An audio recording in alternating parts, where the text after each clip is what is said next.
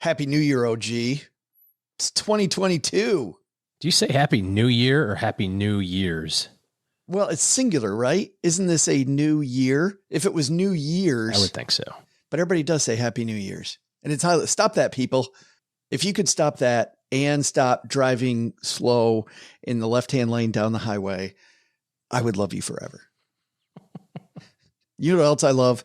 I love the men and women protecting our country, and want to give them a big shout out this new year. New Year's. Oh, wait, New Year. Yes. Happy and healthy New Year. I'm going to get it all screwed up now. On behalf of the men and women here in the basement and the men and women at Navy Federal Credit Union, here's a shout out to our troops.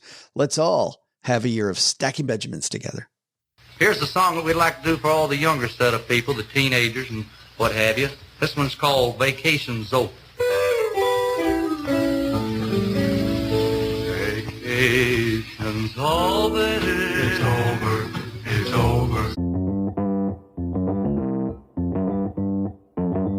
Live from Joe's mom's basement, it's the Stacking Benjamin Show.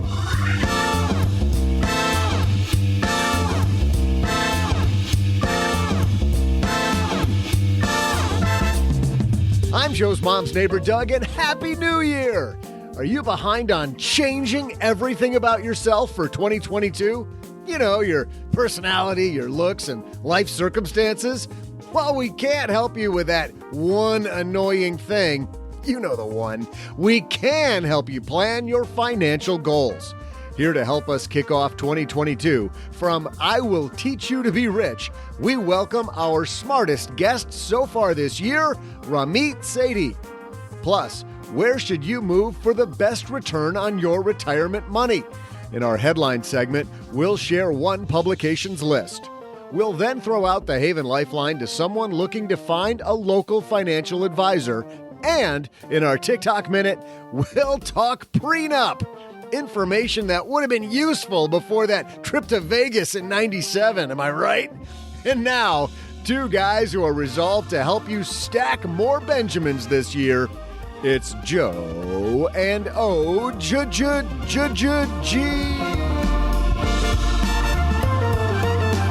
That's a New Year's resolution I can promise will not go away in the next 2 to 3 weeks. And there you can say New Year's because it's possessive.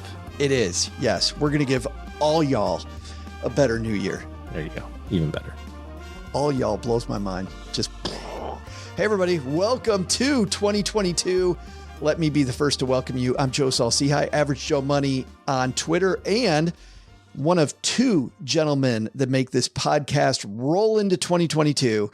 Of course, it wouldn't be the same without my buddy across the card table again, kicking it off. Gentlemen, you said. All right.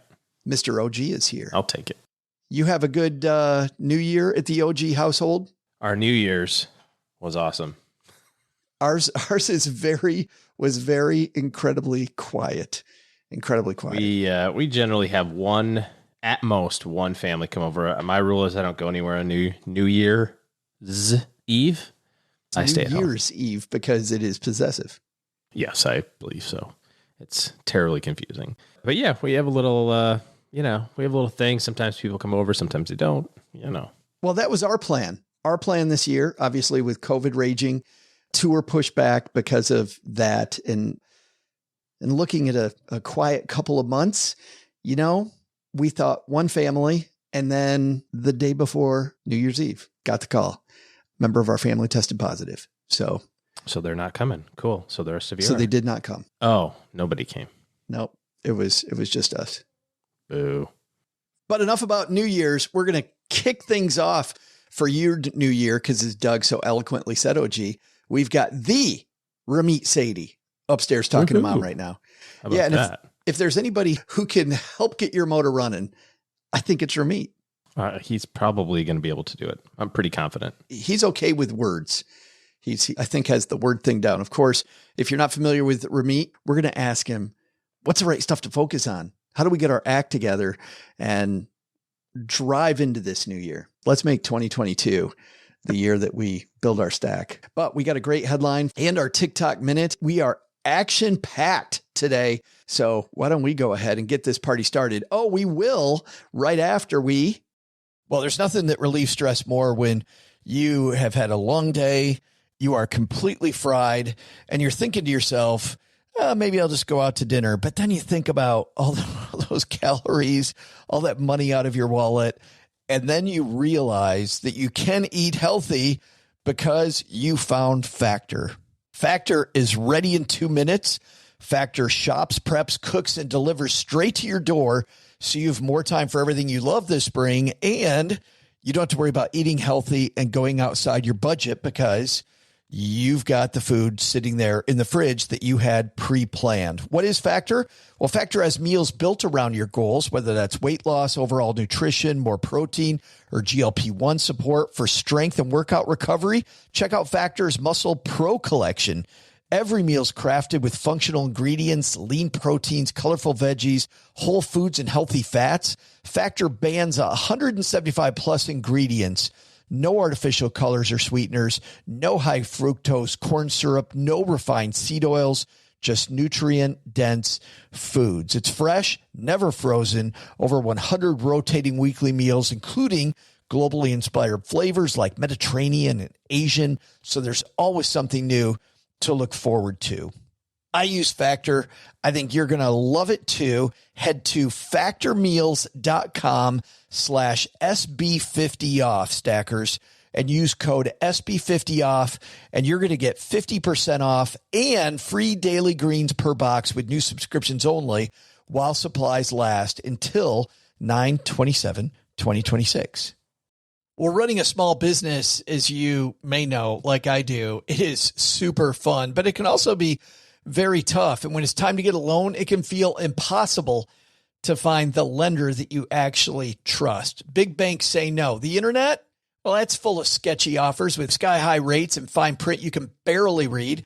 Whether you need help covering payroll, managing cash flow, or investing in growth, you deserve better. And that's why I recommend the small business marketplace Fundera, which is powered by NerdWallet. It's a free, easy-to-use platform. It lets you compare real financing offers from trusted lenders, and it's all in one place. And what I like is that you don't need perfect credit to get started. There's no spam. There's no bait and switch. Just personalized options that fit your business needs. Nothing I like better than a place that treats me the way that they would want to be treated. Using Fundera is a super way to quickly compare options and make your best funding move the way any great business owner would. Here's the best part, though. For a limited time, when you visit nerdwallet.com/SB and fill out the no obligation form, you're going to get VIP treatment and talk with a real person who knows all the ins and outs of small business lending. And you can tell them specifically what you're looking for. They can tell you specifically which options you should probably consider most. Don't risk your business on unreliable lenders. Go to nerdwallet.com/SB to learn more and find the funding you deserve. Fundera Inc., NMLS ID number 1240038. And now, let's get the party started. Hello, darlings. And now, it's time for your favorite part of the show, our Stacking Benjamin's headlines. Our headline here comes today from Magnify Money. Of course, Magnify Money sponsored the show, but not why we like the blog. And I've explained this, I think, before, but we asked Magnify Money to sponsor us a long time ago because we like what they do so much. And OG, they are way before we were cool and way after they were cool. Yeah, absolutely. It's funny. They were tiny. We were tiny, but they were incredible then, still incredible now. Julie Ryan Evans wrote a piece outlining the study that they did on where you need more than $1 million to retire in the United States. Besides the OG household. That's more like 6 million. That's just what you charge people, the entry fee. It's like a club. To get into, yeah, it's going to be $6 million. Oh, that's what it cost me to retire? No, that's what it cost you to retire at my house. So you're renting out the rooms. The Airbnb fee. She writes, location. It's no surprise. Where you live would make a big difference in how much money you need to retire there. What is interesting / frightening / reassuring, pick your adjective, is just how big of a nest egg retirees need to retire in various locales. You know what was even more scary about this was, to use the financial geek phrase, the standard deviation on these, OG, like the difference in these cities. You'll need more than $1 million to retire with an average lifestyle in 28 of the 384 U.S. metros. A retiree in San Francisco needs a nest egg on average of $1.564 million. That's the highest in the U.S. Not a surprise. But doable. But also not a surprise that would be number one. Yeah, I mean, I thought you were going to whip out like a $3 million number. If that one's the biggest, no, 1.5. I mean, that's a realm of possibilities. And I know the 4% rule has changed, but that's not lifestyles of the rich and famous either. I mean, this is not a big lifestyle. That's about $60,000 a year plus whatever you get from Social Security on top of that.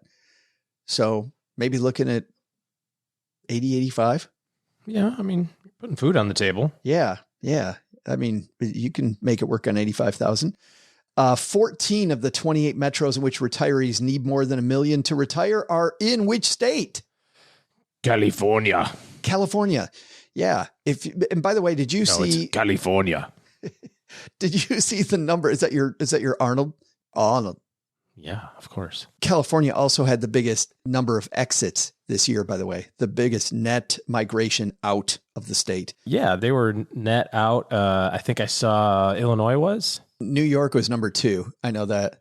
California's number 1, New York but number 2. I think New York is still like that ebb and flow between New York and Florida, right?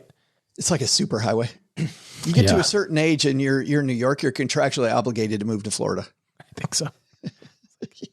Like a fast pass at Disney. It totally is. Oh, I'm sorry. Sir, you're 64. You should be in Boca. What are you doing?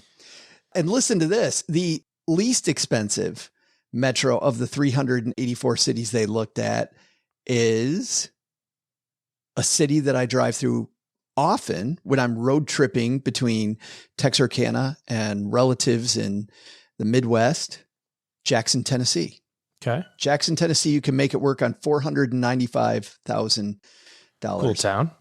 Yeah, I'll tell you, every time I've stayed there and I've gone on, runs in the morning before I got back on the road, there's plenty of Civil War battlefields around there to explore. Lots of history. There is the Casey Jones Museum is there. So if you're interested in railroads, just some fascinating stuff. A minor league baseball team in town with a nice little stadium, $500,000. Danville, Illinois, by the way, was second at 510, and Danville, Texas, Illinois, huh? Yeah. Okay. I know a Danville, Indiana. Cool town. This is across the border. It's like Texarkana, Arkansas. I don't think so, but okay. No, probably not.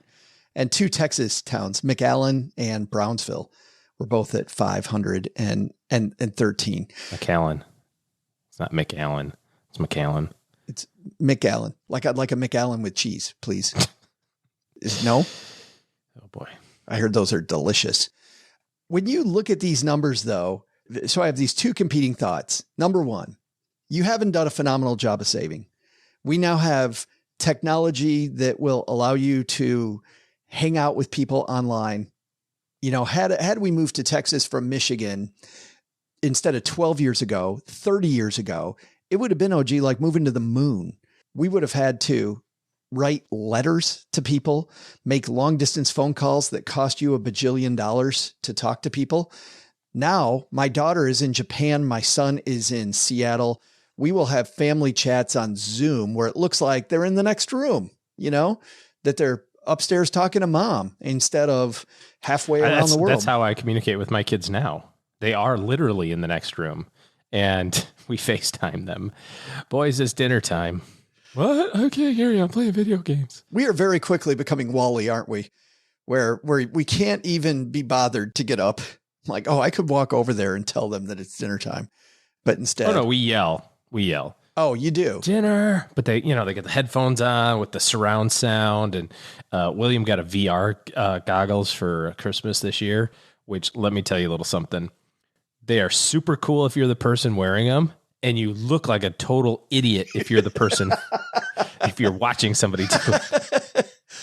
Because in your mind, like what you see is 2 lightsabers and you're listening to dance music and you're like chopping up blocks, like based on the beat of the music. It's like boom, boom, boom, boom, boom, boom, boom. boom, boom, Yeah.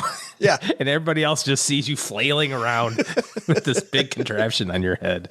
It's bizarre how lifelike that stuff is. But to your point, we can be around family and be in some of these faraway places. Do you move to make it so that you can have a better standard of living? Do you move to a place like Danville or Jackson or McAllen with cheese? I mean, I don't see why, if you're still not considering it, the lifestyle move, not necessarily for the money component, although that's a part of it, but lifestyle in terms of like what you really want to do. I mean, what are we on, year freaking 3 of COVID now? But if you haven't considered your lifestyle experience, money is a component of that, how much money you make or how your lifestyle can be and that sort of thing. But all the other stuff that goes into your lifestyle decision, weather. I mean, people ask us all the time, like, oh, so you guys been in Texas now 8 years. Now, what made you move? And I'm like, the weather. Really? What? I'm like, no, it was snowing and we were tired of it. So we wanted to go to a place that had less likelihood of that. And so there's that. There's the activities that you enjoy. Are you a beach person or are you a mountain person? Are you a hiking person? Are you a biking person? Those sorts of things. Schools for kids, if that's, still in your life right now. Being close to other family, I mean, to your point, you can Zoom everybody and that's super cool, but there's something about being close to mom or dad, especially, as years go on. So if you haven't thought about that yet, I think that this is a good example of there's 1,000 places between where you are right now and, the other side of the country that you could pick up and go to. And especially now with jobs increasingly staying more remote, I just don't see why it's not something more people are considering.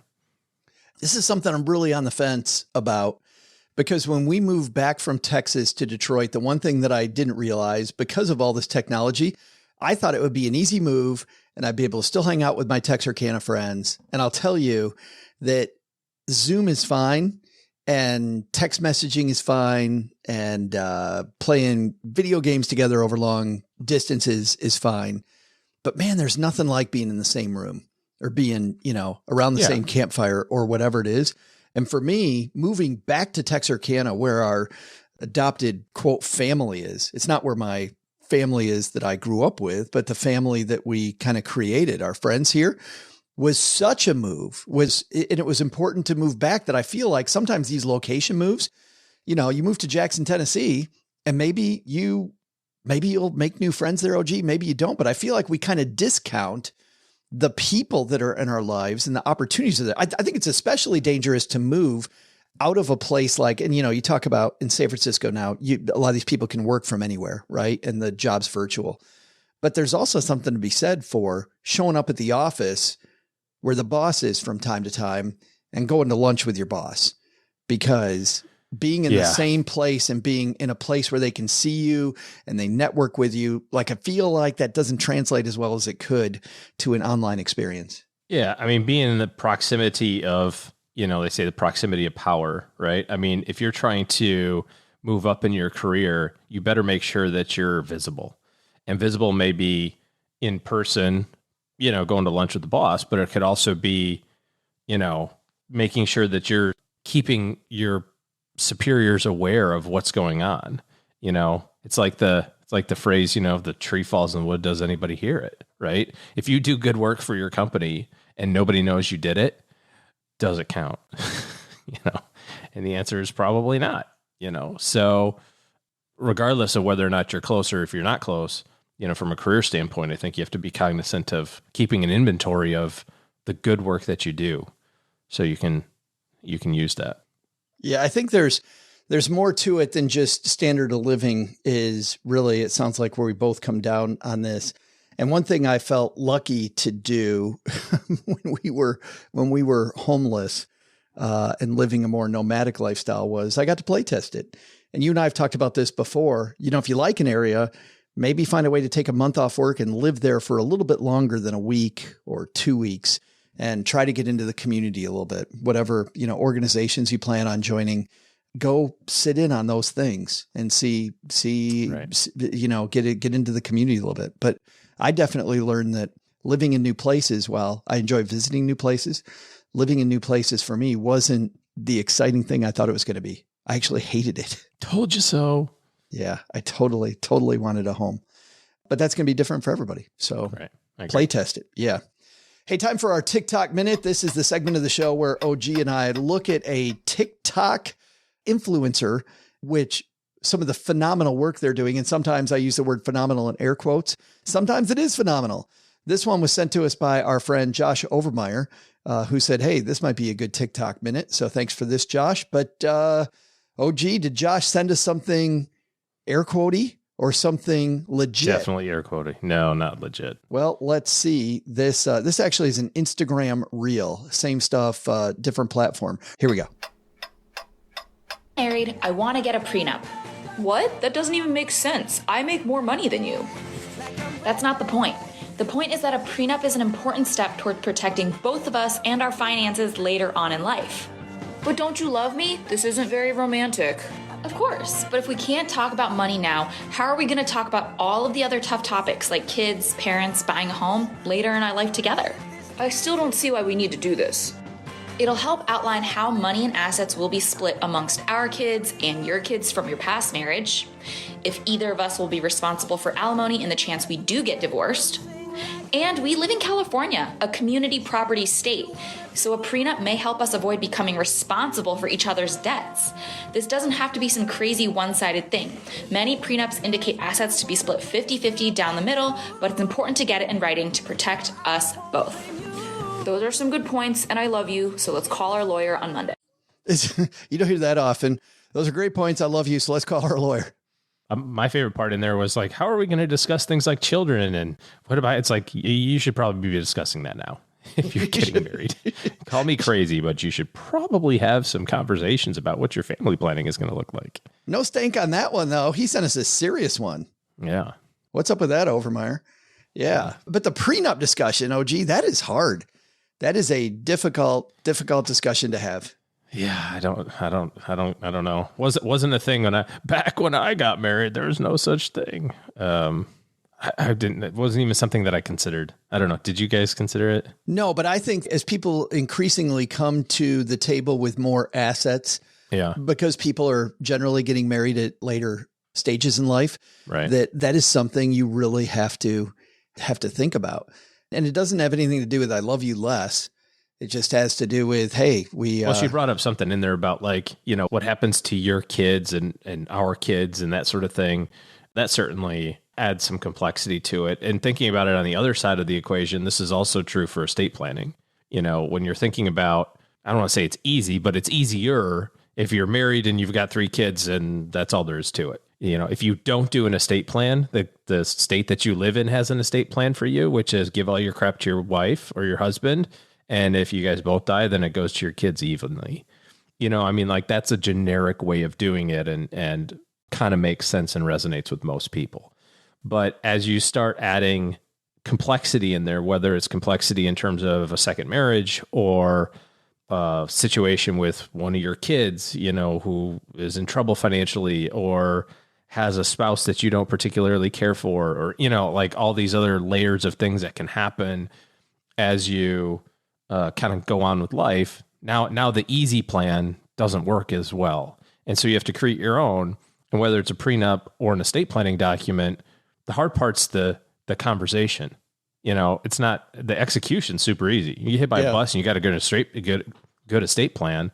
They pull the thing off the shelf. You call the attorney. They go, okay, it's done. The hard part is figuring that stuff out in advance or talking about it with your prenup and or with your estate plan. So, and I know that in a lot of places, OG, if you're in an LGBTQ relationship, it's even more complex, like the complexity on top of complexity because of the way that. Yeah. And every state's different in how they think about that. If your spouse isn't a U.S. citizen, there's an issue there as it relates to spousal giving and that sort of thing. Because then your kids are, but you're, maybe, if your kids are born in America, but your spouse isn't. It just every ounce of extra stuff that you have going on in your life that isn't one spouse, 2 kids, white picket fence. Right. And you both showed up broke. Yeah, right? Exactly. Yeah. That, if that happened, you got high school sweethearts, 18 years old, you started with nothing but a bunch of debt together. Yeah. Yeah. Okay. You're probably good. Coming up next, Ramit Sethi is going to join us. He, of course, is the best-selling author. Pulled a good one right out the gate here. I know. How about that? What a way to rip the Band-Aid right off 2022. We're like, hey, we're going to take you seriously 2022.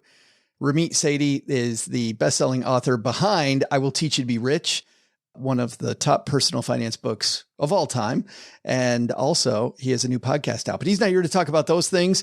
He's going to tell you what we need to focus on in 2022. But to get to that, I think we got to talk a little bit about New Year's resolutions. And we got the man to do that. Doug, how were you kicking off the year? Hey there, Stackers. I'm Joe's mom's neighbor, Doug. Before we hear from Ramit about a better you in 22, hey, that rhymes, trademark, copyright, let's ask a quick question about your resolutions. New Year's resolutions actually started 4,000 years ago as the Babylonians promised their gods they would pay their debts at the beginning of each year, probably promising some Sally Mae rep that the check was in the mail. But the Romans also made promises to their gods on New Year's, a tradition that I diligently followed last weekend by praying to the porcelain god I'll never drink that much cheap champagne again. Not just in 2022, but ever. Every year, because people swear this is the year they'll change, my question for you is this. What is the most common resolution people plan for the new year? I'll be back with your answer right after I get Ramit Sethi's microphone and a hot latte ready.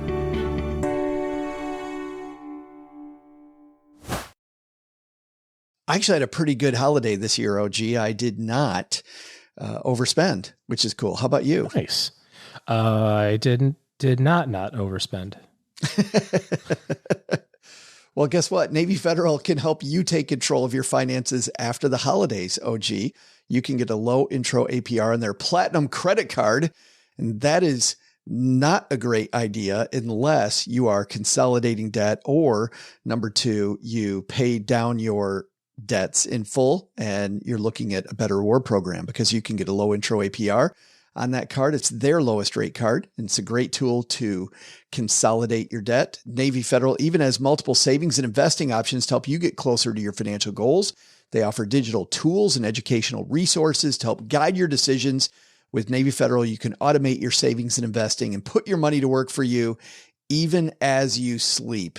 And nothing OG likes better than sleeping. Sleep, yes. You're not counting sheep, you're counting Benjamins as you fall asleep. Plus, you can buy fractional shares. Learn more at NavyFederal.org. That's NavyFederal.org. Message and data rates may apply. Savings products insured by NCUA. Investment options are available through Navy Federal Investment Services and are not insured by NCUA. I had a breakfast mentoring meeting yesterday with a young woman who was just amazing. She is graduating from college with a degree in wealth management, and she reached out hoping for some pointers. And listen, if somebody's in Texarkana and wants to go into this beautiful field of personal finance and helping people get their money together, that is incredible. But even more incredible is how she reached out, how she was trying to network. And I was having a discussion that finding the right person and avoiding the wrong person for a role, that's what can make or break an organization. And we just don't see that many qualified people. So how do you find them? Well, Indeed sponsored jobs is a boost whenever you need to find quality talent. If you're hiring, Indeed is all you need. You can stop struggling to get your job post even seen on other sites. You'll match with quality candidates with Indeed's sponsored jobs. Get matched with and hire quality candidates who can drive the results you need. Reach candidates who meet your specific criteria like skills, certifications, or location. It drives me crazy when I'm matched with all kinds of people who aren't a fit. I don't have that kind of time. People are finding quality hires on Indeed right now. In the minute I've been talking to you, companies like yours made 27 hires on Indeed, according to Indeed data worldwide. Sponsored jobs posted directly on Indeed are 95% more likely to report a hire than non-sponsored jobs. Spend less time searching and more time actually interviewing candidates who check all the boxes. Less stress, less time, more results. When you need the right person to cut through the chaos, this is a job for Indeed sponsored job. And here's what's cool, Stackers. You're going to get $75 in sponsored job credit to help get your job the premium status it deserves at Indeed.com/podcast. Just go to Indeed.com/podcast right now and support Stacking Benjamins by saying you heard about Indeed right here at Stacking Benjamins. Indeed.com/podcast. Terms and conditions apply. Hiring, do it the right way with Indeed.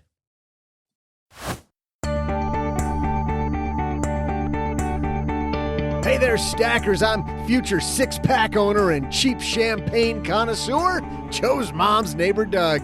And we all wish we could change something about ourselves. And of all the ways in which we might change, what's the top resolution people make? Coming in second is the promise to read more, probably because they know Joe's book is finally here. Then, in third, it's to learn something new. And coming in fourth is one of our favorites, to save more money. But the answer to our question and the number one thing people swear they'll change about themselves with a New Year's resolution is they want to change the way they eat and how much exercise they'll get.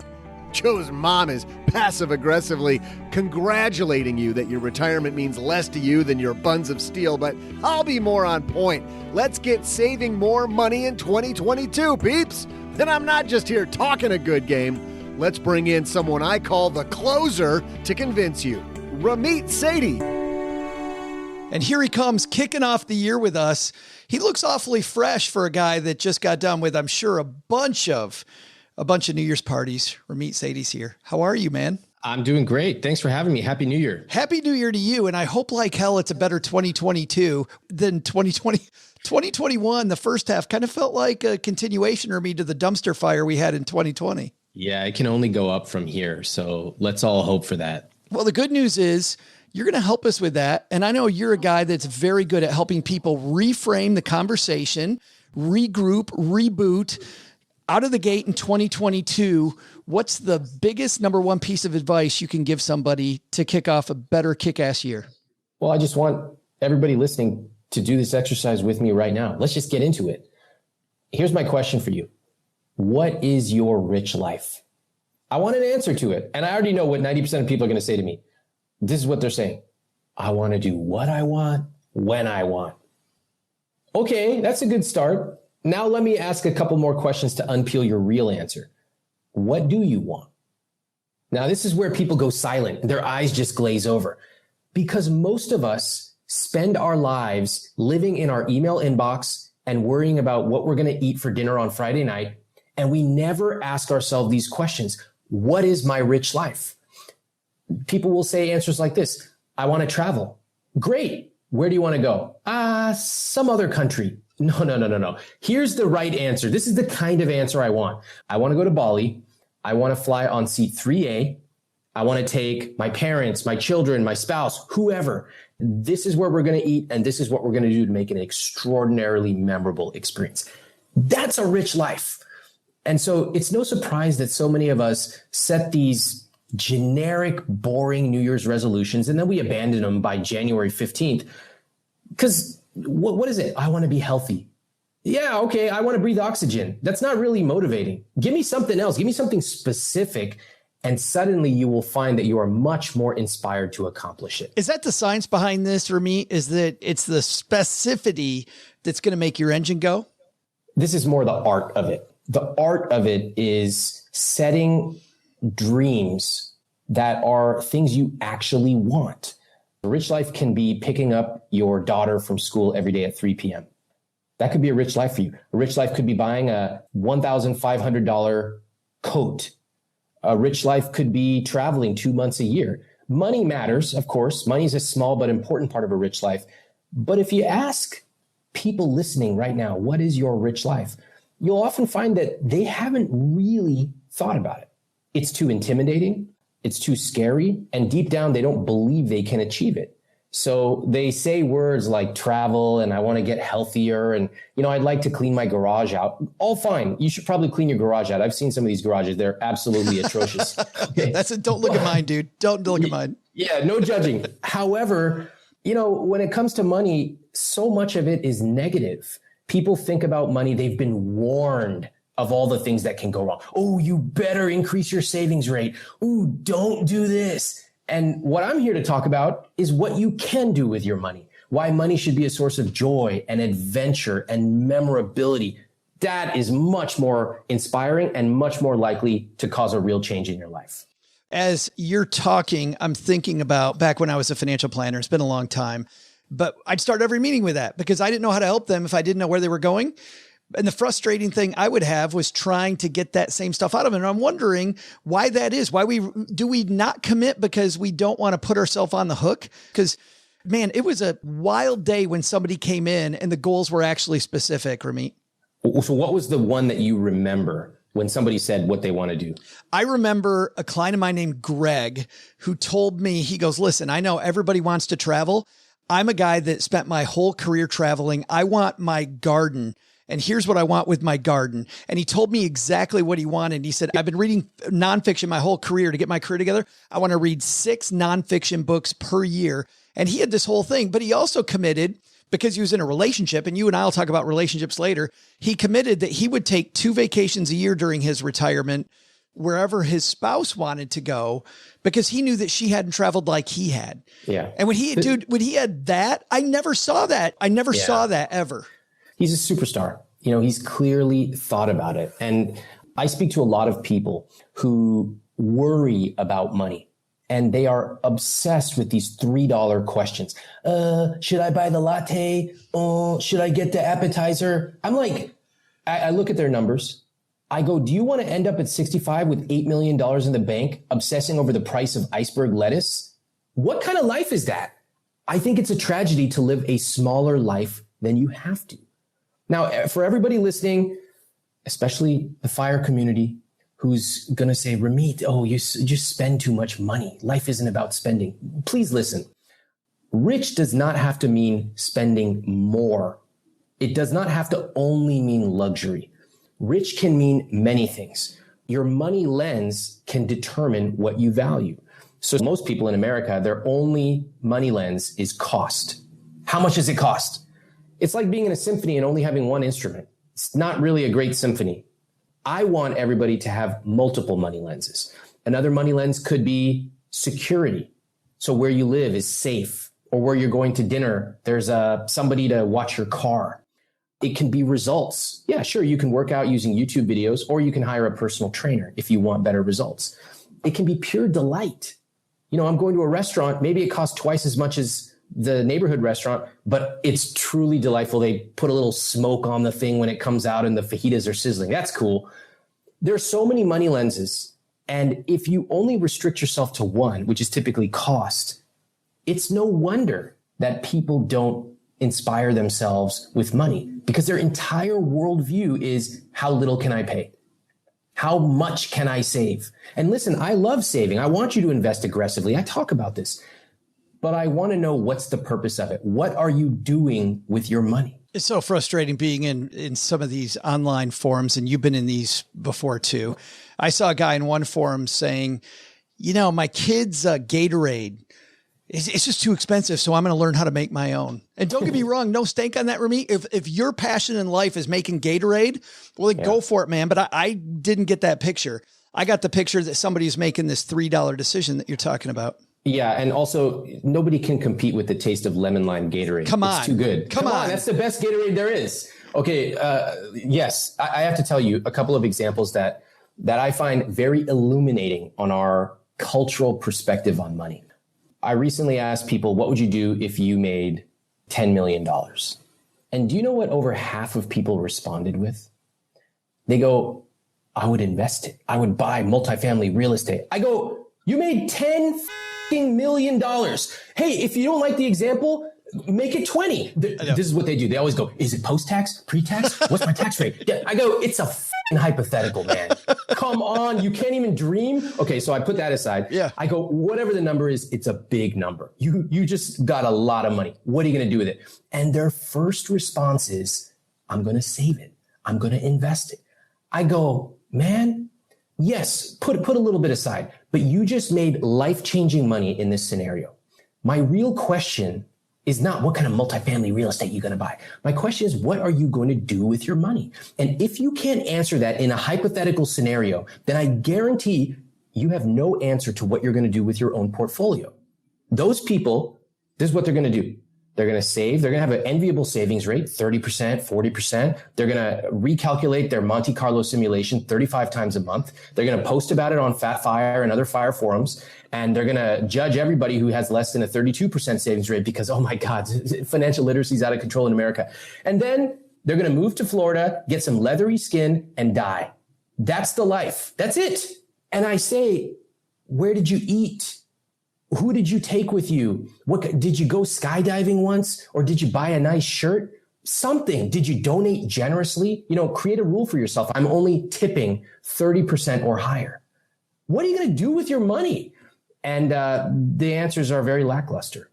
I want to share one more example, Joe, because this one also drove me crazy. Bring it, because you're not at all passionate about this, so bring it. I want to finally see some passion. So there's this guy on a forum who is young. He's like 28 or 30 years old, and he has a huge net worth. It was something like $12 million. Okay, some guy sold a company or whatever. And his question was, where should I live to minimize taxes? Okay, now everybody just listen right now. First of all, I know that there are approximately 3 topics we can talk about where everyone's going to get mad, and also everyone doesn't know what they're talking about. Number 1 is taxes. Number 2 is tipping. Number 3 is the price of weddings. I've written about them all. Just Google Ramit Sethi and any of those words. So this guy's $12 million. Do you understand how much a 30-year-old is going to have if they have $12 million at that age? Hundreds of millions of dollars.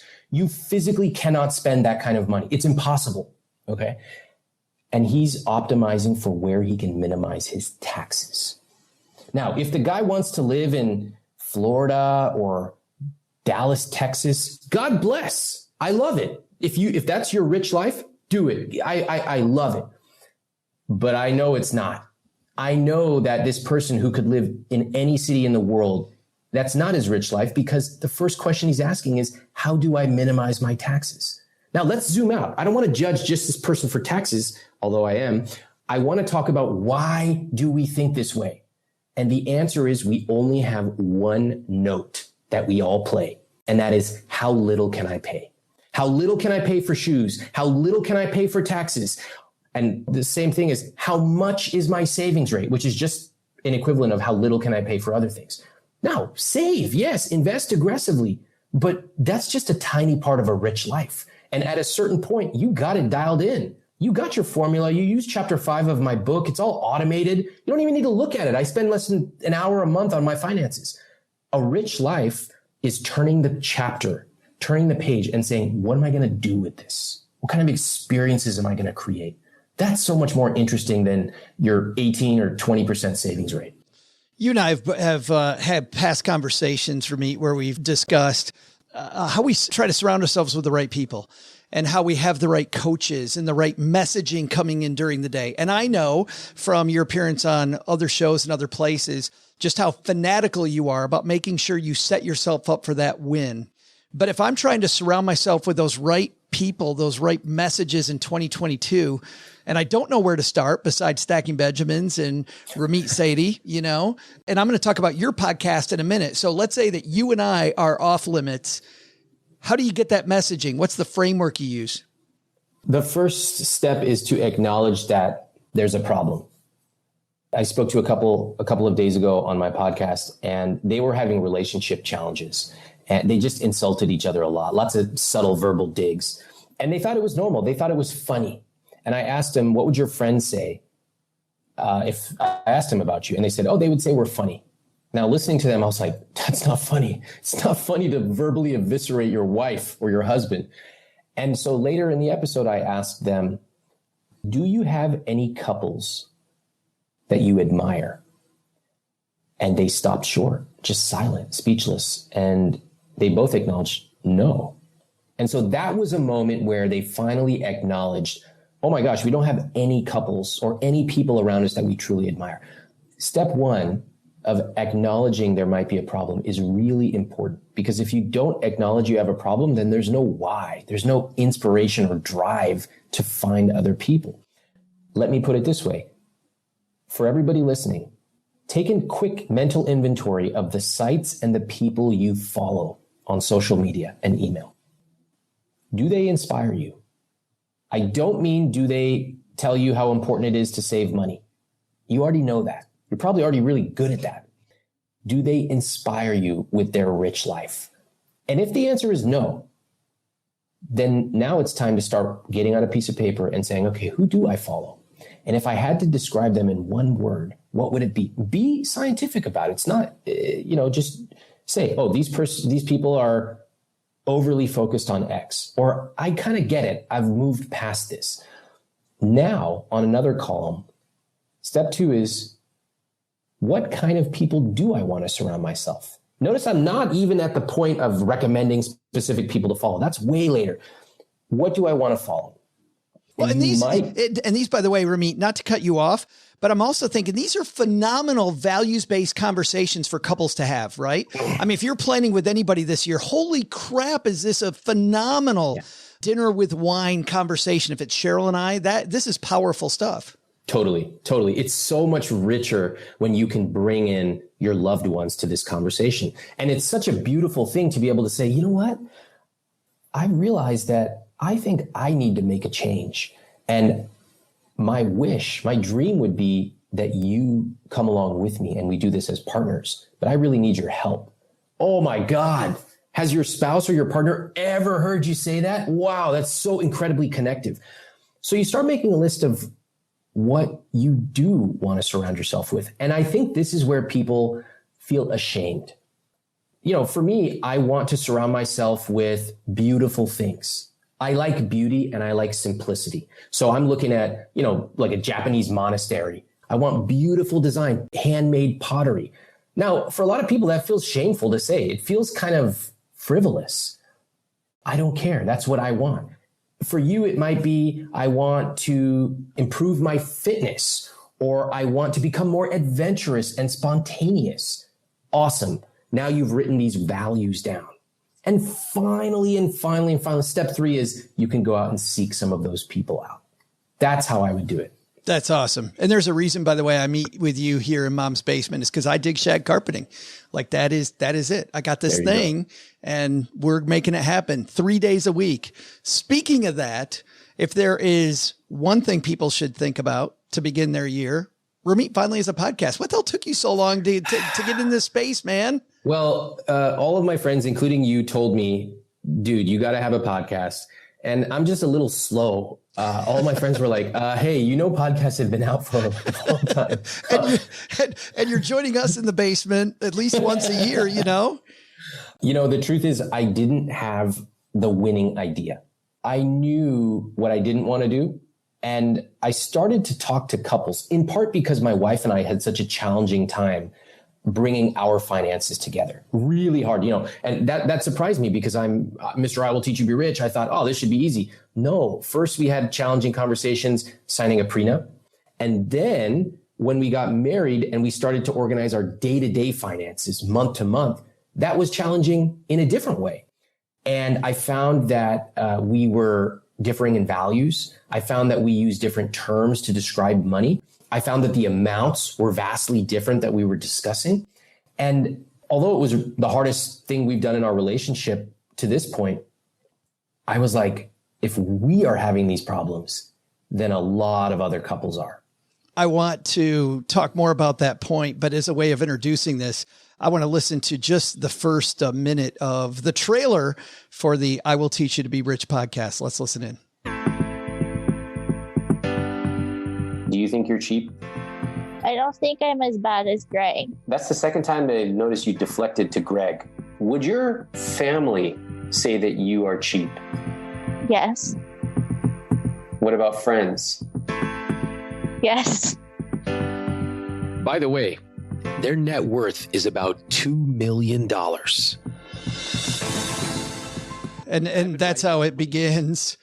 $2 million net worth. Clearly, Ramit not living their rich life. So common for so many of us. Whether you have $2 million today or you are on track for having $2 million because of your investments, everybody is taught how to save, but nobody teaches you how to spend.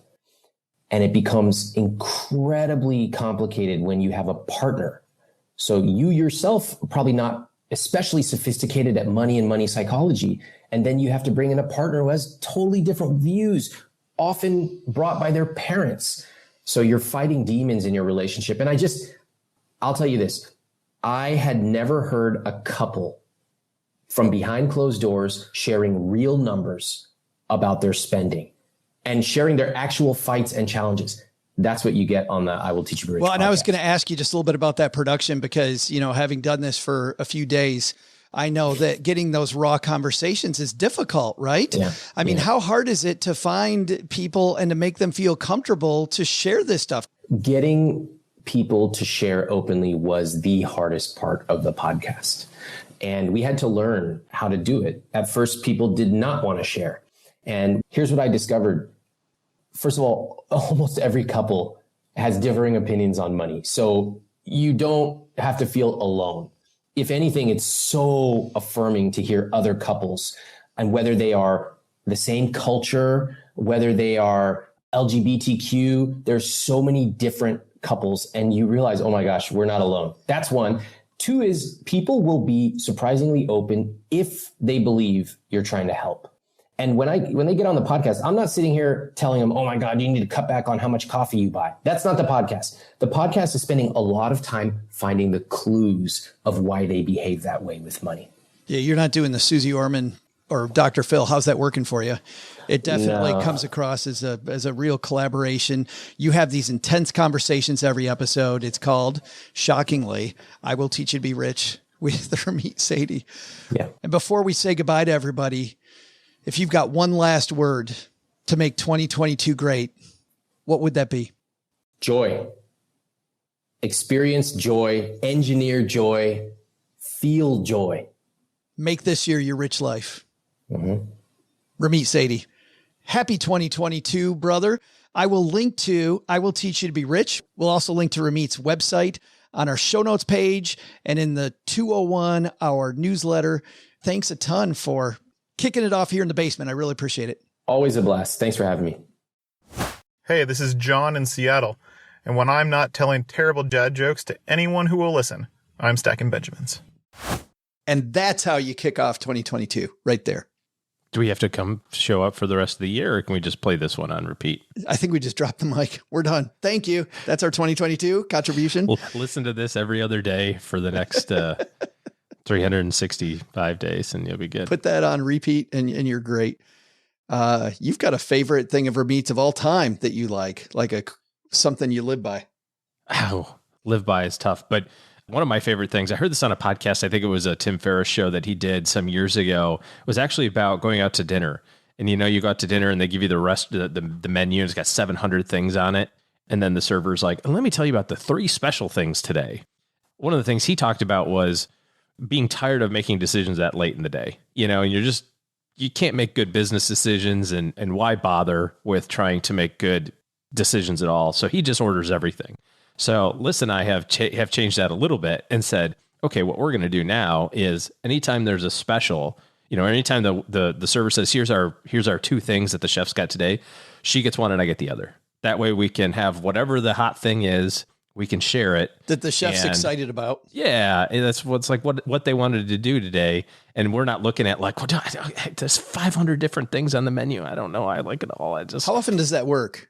Is it good? It's perfect. Yeah. First of all, there's not times when you're like, No. I go into it also recognizing that food is like fuel. Like I want the experience, and I recognize that the thing that I'm getting is fuel, not like I has to be this most scrumptious thing ever. And if it's not my favorite, it's not my favorite. That's But you also have an adventurous attitude toward it, right? Because it's something that you're like, oh, maybe I like it, maybe I won't. Like you go in with that. Yeah. Yeah. But honestly, we're to the point now where we should just, when we went out for my birthday a couple weeks ago, after this appetizer special, the salad special, and then the other thing, the sushi roll special, it was like, okay, we don't need to eat anymore. We're good. Like, they're like, and here's your dinner. We're like, oh God, just put it in a box. Yes. It's like the Mexican restaurant. You're like, I'll just have the chips, right? just you're not supposed to have you're supposed to have the salad. Oh, you can get by with fajitas, but don't eat the shell unless they're corn. I'm trying to, Doug was talking about like getting healthy. I know. Trying to pass along the message. Huge thanks to Ramit for helping us kick off 2022. Hey, let's throw out the Haven Lifeline, OG, and tackle some of life's most important questions. Our friends at Haven Life Insurance Agency, they put what you value first. Definitely the cilantro salsa at Chewy's. Let's go. Let's finish this thing up and go. It's spending time with your loved ones. It's your loved ones and your time. And that's why they made buying quality term life insurance actually simple. Head to stackingbenjamins.com/havenlife now to get a free quote. What a great way to start 2022, by the way. Get that life insurance taken care of. You know, if have your headphones on right now, that I'm talking to you, not the person next to you. I'm talking to you. Get your life insurance in order. Their application is simple. It's online. You get an instant coverage decision. Price is affordable, of course. Issued by their parent company, Mass Mutual, more than 160 years old. Today, we're going to throw out the Haven Lifeline to our new friend, Matt. Say hi, Matt. Hello, Joe, OG, and team. Thank you for having me on the podcast. Love your show and all your emails and materials that you send out. Yesterday, my wife and I were talking about our finances, and we decided that for the first time, we need to find a financial advisor.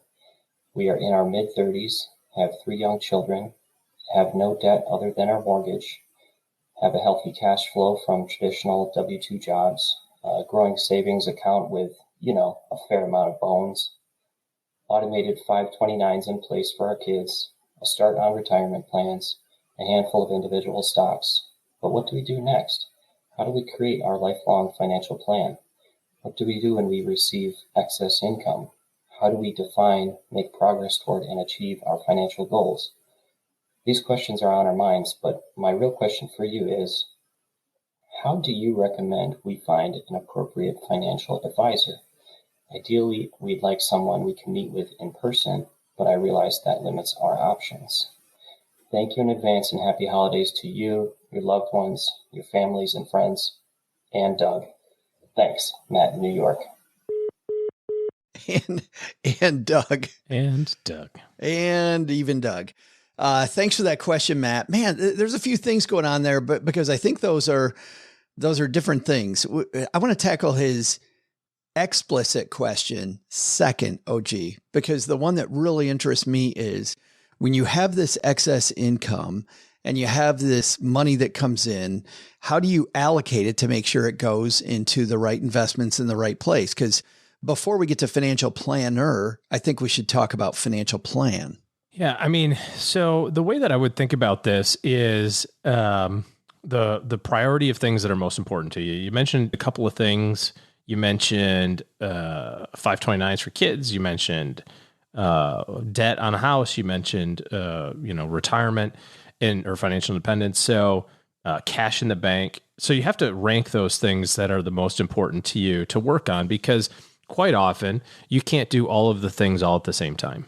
You have to kind of get the financial independence stuff going and on track before you can add to, the 529 plans for the kids or something. So that would be the first order of business. The second thing to do is to think about, like, in an ideal circumstance, what does this look like for you? Are you trying to, you said you're in your mid 30s. Are you trying to be financially independent when you're 40? Well, if so, unless you have a gigantic income, you're not gonna be able to do that and send the kids to school and pay off the house and go to Disney every 6 months. You know what I mean? Like, you have to kind of figure out where you are in that. The reality is that when you're in your 30s, you've only been working for 10 or 15 years. And frankly, retirement seems like a forever thing out into the future. I was just talking to a friend of mine who is refinancing their house, and we were talking about the merits of the 30 or the 15-year mortgage. And I said, I like the 15 because it kind of times out nicely with kind of the traditional retirement thing. And she said, oh my God, are we supposed to retire in 15 years? Because she's 45. And it's like, holy crap, that's like right around the corner, in all, all things being considered. So I think prioritizing it and then kind of envisioning with you and your spouse, like what does it look like? Are you trying to do this early retirement? Are you trying to make sure the kids can be doctors? Are you trying to, like, what's the most important thing? After you have that down, then you can start thinking about, with those priorities, when you have extra money, make a decision today for how those extra funds are going to be spent. Let's say you've got 4 things on your list. You've got, I want to have some fun. I want to retire early. I want to send my kids to school, and I want to pay off my house. And you're doing your thing. You're putting money in your 401k and the 529s and so on and so forth. And now you get a bonus. Well, every time you have to make a decision about that bonus, it's frustrating, because if you haven't made the decision in advance, you feel guilty about whatever you decide. If you say, well, but this bonus we really want to go to Disney with, then you go to Disney and you think, I should be saving this. I should be investing it. I should putting it in my 529. Like, there's probably a better place. So choose in advance what you want to do with those things. Maybe you say the order of events for us is, I want to put 50% of all my extra money in early retirement money. I want to put 10% for the kids. I want to put 10% for paying off the house. And I want the other 30% for fun. And then boom. Now, if your bonus check is 20 grand, you know how to allocate it. If your bonus check is 2, you know how to allocate it. If it's 200, you know how to allocate it. And you don't have to make any value judgments in the moment of what's most important today, because it'll change throughout the day. As it relates to finding an advisor, there's a bajillion places to look. Well, and actually, before we get into advisor, I want to jump on what you just said, because I think that this is the fun stuff. And this is the stuff, OG, that you can't delegate to the advisor, which is why I would get these priorities that you're talking about in order first. I would try to have it. And don't get me wrong, an advisor can help you focus those discussions and narrow it down. But before it should help you make ask questions is what should happen. Yeah. Right? Yeah. But I think if you look at yourself as the CEO of your family, and you're having these great discussions with anybody who's in the family that's going to be involved in this process, you're having these great discussions about what's important to us first. That's going to help you drive everything. It's going to narrow the focus and narrow your financial planner's time down to the things that are most important to you. So you end up getting better value for your money.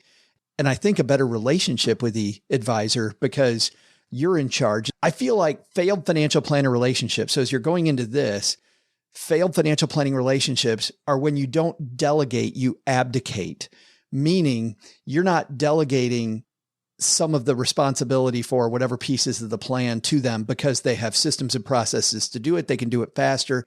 You're abdicating the throne going, hey, manage my money person. And I'm going to check back in 6 months. That never works. Yeah. That doesn't work at all. But if you have these things that you value and you know what you're looking for from a goal perspective, man, then it can be a powerful thing, because now you're delegating stuff to them instead of just going, hey, not sure what I really expect, and I'm not going to pay attention to this at all. Well, and that's the biggest thing. You can delegate the conversation. You can delegate the day-to-day, task management, but you can't delegate your goals. Yeah. You know what I mean? Yeah. And it's not up to me to decide for you if you want to retire at 45 or 55. I can ask you really good questions along the way to help you figure that out, but I'm not going to pick for you, hey, if it's going to be 47 and a half. We can do the math and all that sort of stuff. That's kind of what advisors do. So honestly, you probably need to, like you said, start with all of this stuff in advance. And then as you start interviewing people locally or virtually or however you're going to do it, then that makes that conversation more useful to you, makes a conversation more useful to, your potential planner, because the first thing that I'm going to ask you is, well, tell me, what are you trying to do? And if you go, I don't know, I go, okay, so what do you want to talk about then? Yeah. Yeah. Like, I don't know. How am I doing? Well, sounds like you're doing good. You got lots of money saved and kids are healthy and your marriage is okay. So I guess you're doing good. Yeah. Like, what do you need help with? I don't know. All right, well, figure that out and come back and talk to me later. That's kind of the thing. Yeah, Matt, there are a ton of places to look. One of my favorite places to start, once again, if you start with what you're looking for, then it narrows your search, because then advisors that don't fit. So that's the first thing. Second thing is, I think you're looking for relationship where you frankly hit it off with the person. It isn't a sales pitch. It doesn't feel like you're going into an office with a salesperson.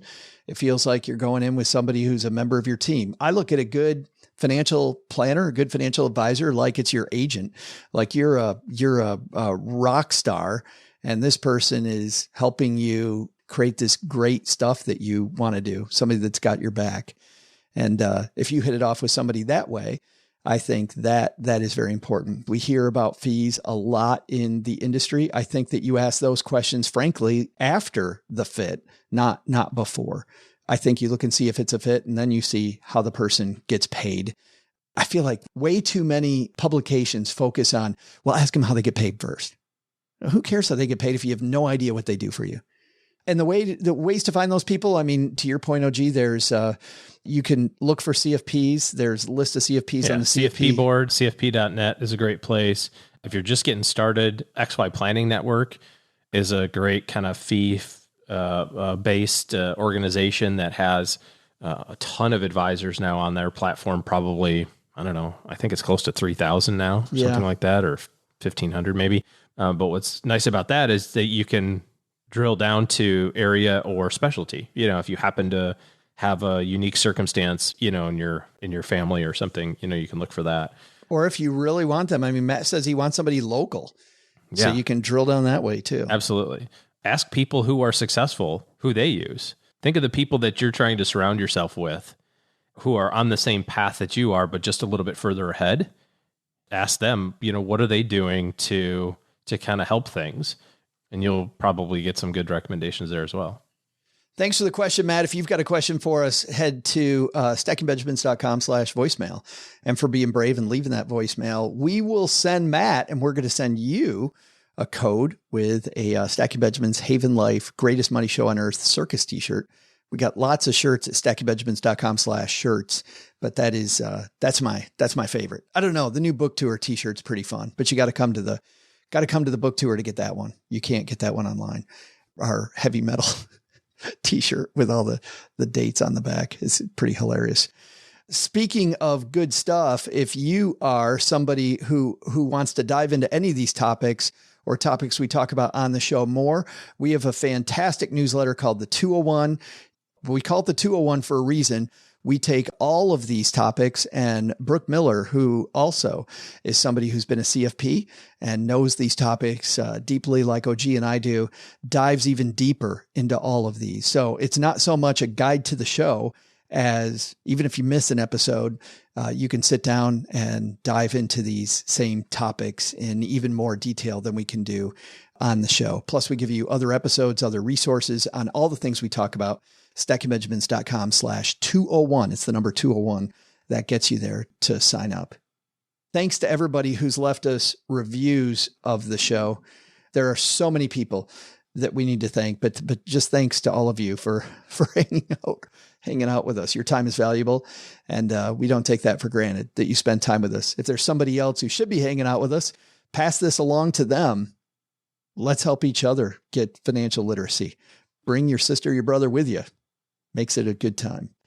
Last but not least, if you're looking for better financial planning help in your corner, you want to make better decisions, OG and his team are taking clients. It is a new year, new you.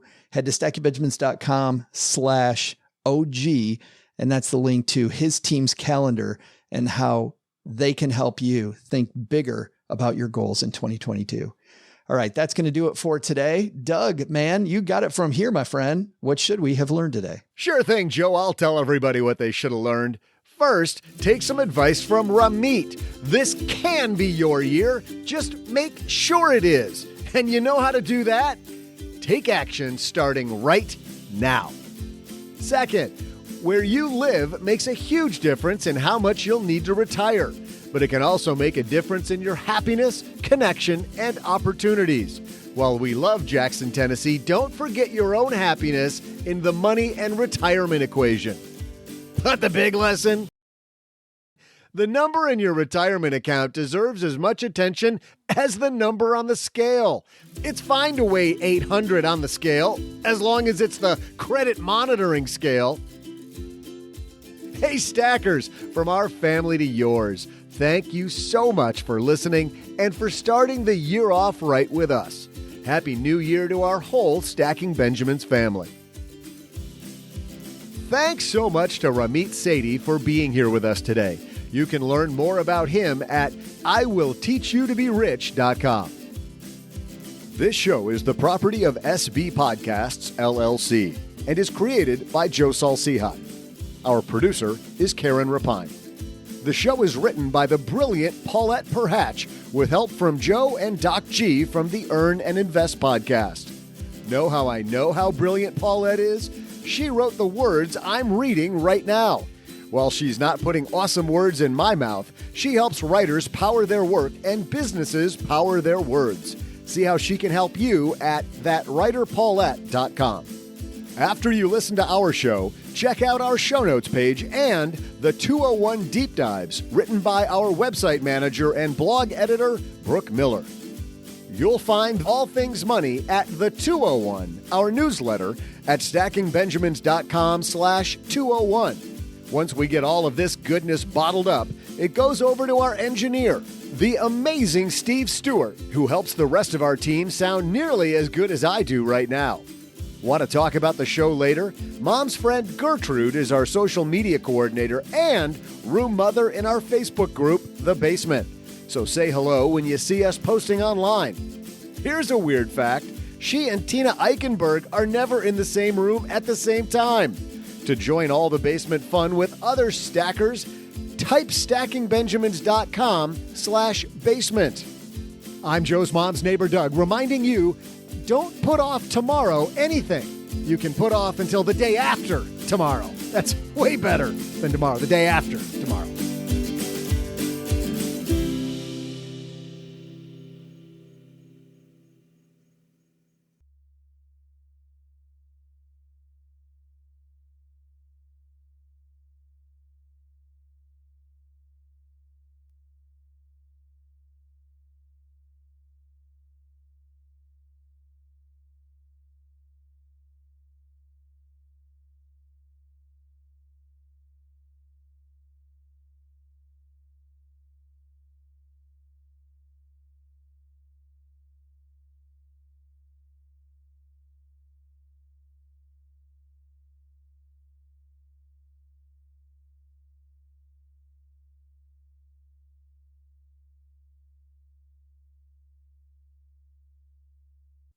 We had two events happen in Texarkana last week, which are so Texarkana that I thought we should cover these in detail.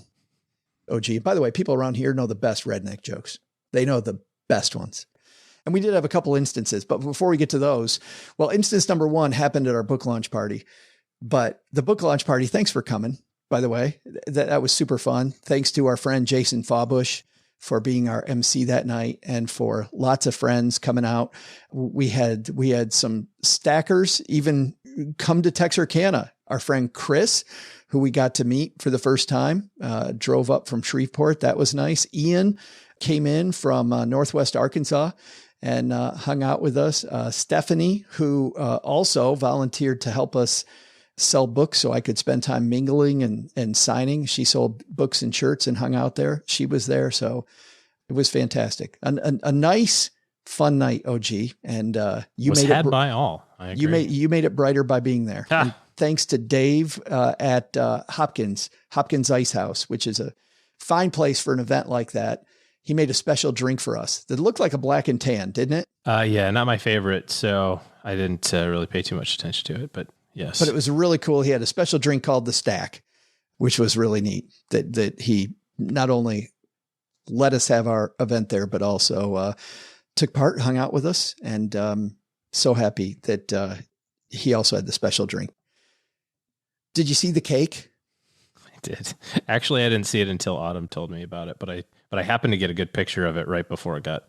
I didn't get a picture of it prior to it getting cut up, but you could tell So I start cutting it and I notice the cake doesn't say stacked, your super serious guide to modern money management.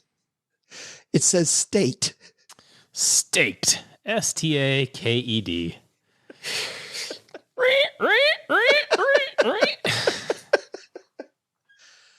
That's fantastic.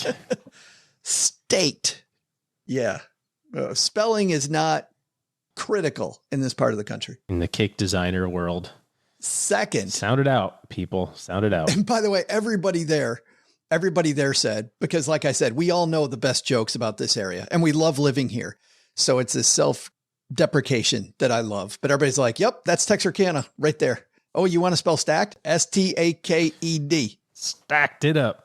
And then the second thing that happened last week, and we need to cover this before we go. I don't know if you saw the weather that hit here last week in Texarkana, but we had weather that was reported around the nation. I have this from The Independent. This is written by Oliver O'Connell, worldwide publication. When two storms approached the city of Texarkana on the Texas border with Arkansas last Wednesday afternoon, many people carried on with their day. High school soccer team practice was dismissed as rain began to fall and became heavier. At a wheel and tire store nearby, employees thought they heard hail hitting the roof. However, after the weather system passed, residents soon found this was no normal rainstorm. Fish littered the ground over a swath of the town. You didn't see this? I did not. Tom Brigham, manager of Discount Wheel and Tire, told the Texarkana Gazette that he saw a fish falling from the sky during the thunderstorm on Wednesday. It was hailing and looked like there was about to be a tornado, and there was fish falling. As many as 25 to 30 fish, some 6 to 7 inches long, littered the ground outside the business, and more were on the property next door. A smell of fish hung in the air, described as like that on a fishing dock or at a fish market. And an employee was dispatched to pick them up in case somebody slipped on them. Fish.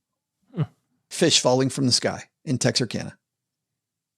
It turns out that that as part of the weather system, you can get these water spouts from nearby lakes, almost like think of a tornado going over a lake and just suck stuff up. And in this case, it sucked fish out of the lake and then dropped the fish all over town. Can't happen anywhere else. In fact, when I first saw it online, one of those Facebook groups. And somebody goes, yeah, did you see the fish falling from the sky? And people started posting, yeah, this one fell in my yard, like a catfish that's like 4 feet long. Somebody posted like a shark. Somebody else said, yeah, I was outside Texas High and this fell. And there's like the Gilligan's Island boat, you know, that they put in front of the school on a, what do you call that? The mascot cut and pasted. Oh, this sounds like a giant fish story. It totally sounds like a giant fish story and 100% true. 100% true. Only in Texarkana can you 100% may be true. Spell stacked, S-T-A-K-E-D, and fish will fall from the sky. Allegedly. It's why we live here. It's why we live here. Very creative spelling. And when you want fish, you just weather phenomena. Go outside during a rainstorm